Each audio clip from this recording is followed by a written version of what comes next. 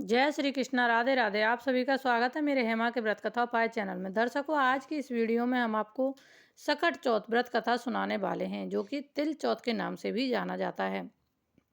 जब भी आप इस व्रत को करेंगे, आपको ये कथा अवश्य सुननी चाहिए। और ये व्रत संतान प्राप्ति के लिए किया जाता है, संतान की लंबी उम्र के लिए किया जाता है। इस व्रत को सभी महिलाओं को करना चाहिए। चैनल को सब्सक्राइब करें, साइड में ऑल को प्रेस करें मेरी इसी तरह की कथा और उपाय की वीडियो प्राप्त करने के लिए। कथा कुछ इस प्रकार से है। एक साहूकार और एक साहूकारनी थे। वह धर्म पुण्य को नहीं मानते थे, इसके कारण उनके कोई बच्चा नहीं था। एक दिन साहूकारनी पड़ोसन के घर गई। उस दिन सकट चौथ था। वहां पड़ोसन सकट चौथ की पूजा करके कहानी सुना रही थी। साहूकारनी ने पड़ोसन से पूछा, तुम क्या कर रही हो? तब पड़ोसन बोली कि आज चौथ का व्रत है, इसलिए कहानी सुना रही हूँ। तब साहूकारनी बोली, चौथ के व्रत करने से क्या होता है?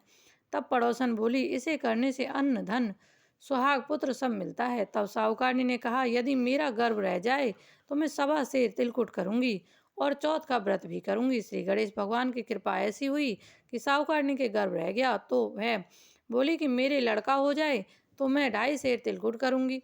कुछ दिन बाद उसके लड़का भी हो गया। तो वह बोले कि चौथ माता, भगवान मेरे बेटे का विवाह कर दे तो मैं 5.25 सेर का तिलकुट करूंगी। ऐसे करके वो तिलकुट को बढ़ाती चली गई और भगवान उसकी सकट चौथ माता उसकी सभी मनोकामनाओं को पूरी करते चले गए। कुछ वर्षों के बाद उसके बेटे का विवाह तय हो गया और उसका बेटा भी विवाह करने चला गया। लेकिन उस साहूकारनी ने तिलकुट नहीं किया।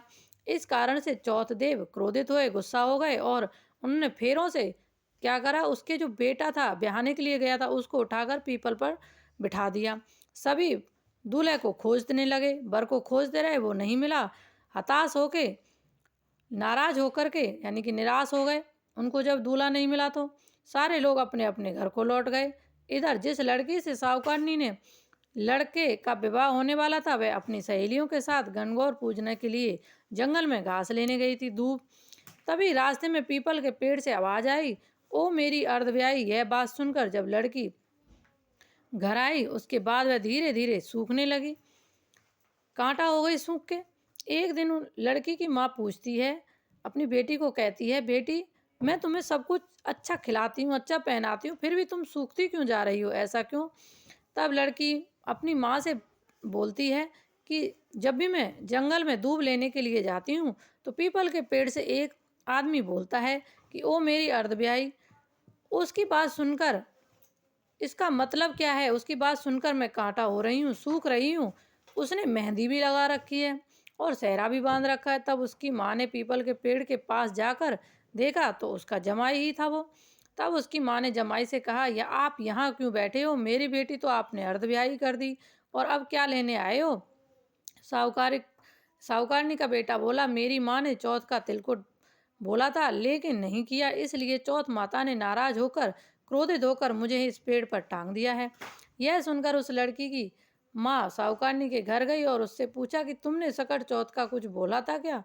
तब साहूकारनी बोली, तिलकुट बोला था। उसके बाद साहूकारनी बोली, मेरे बेटा बहू घर आ जाएं तो 2.5 मन का तिलकुट बांटूंगी। इससे श्री गणेश भगवान प्रसन्न हो गए और उसके बेटे को फेरे पर बिठा दिया, पेड़ से उतारकर। बेटे का विवाह धूमधाम से हो गया। जब साहूकारनी के बेटा एवं बहू घर आए तब साहूकारनी ने 2.5 मन तिलकुट किया और बोली, हे चौथदेव, आपके आशीर्वाद से मेरा बेटा बहू सकुशल घर आ गए, जिससे मैं हमेशा तिलकुट करके व्रत करूंगी। इसके बाद सारे नगर वासियों ने तिलकुट के साथ सकट व्रत करना प्रारंभ कर दिया। हे सकट चौथ माता, जिस तरह साहूकारनी को बेटे बहू से मिलवाया, वैसे ही हम सबको मिलवाना।